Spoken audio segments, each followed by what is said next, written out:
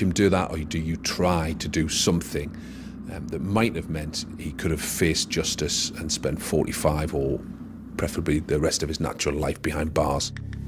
Within split seconds of each other, two officers fired shotgun taser rounds at Moat. In their minds, this was it, and I think they did absolutely the right thing.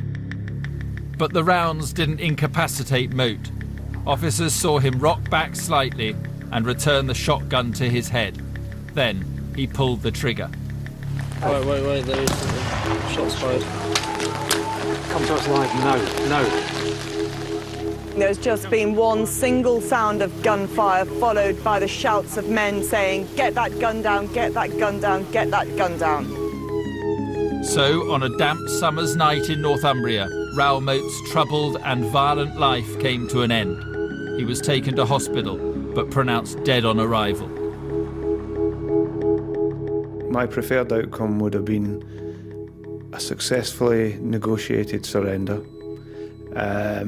and Raoul Moat sitting in the cells on the Saturday morning for my team to interview him with a view to charging him and with a view to bringing him to justice and standing in the Crown Court to account for the death of Christopher Brown and the shootings of David Rathband and Samantha Stobbart. For the family of Christopher Brown, Raoul Moat's suicide seemed the proper outcome. He's dead. He shot himself. And I must admit, as bad as it sounds, because I'm not a violent person, I literally screamed hallelujah, thank God. I think what happened was the best outcome for Raoul Moat. I don't think he deserves to even be breathing. He took my brother away from me, and he deserves to be dead. But in a macabre twist, Raoul Moat's brutal snubbing of authority, in some people's eyes, moulded him into a hero.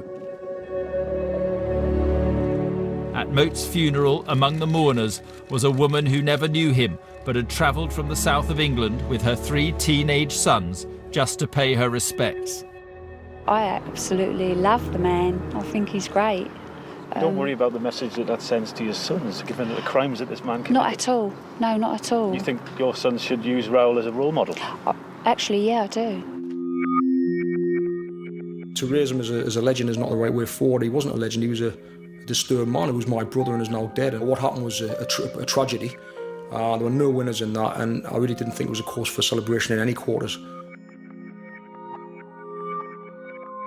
For Northumbria police, the tough decisions they made were finally vindicated by an official inquiry. He was a dangerous, callous, cowardly killer.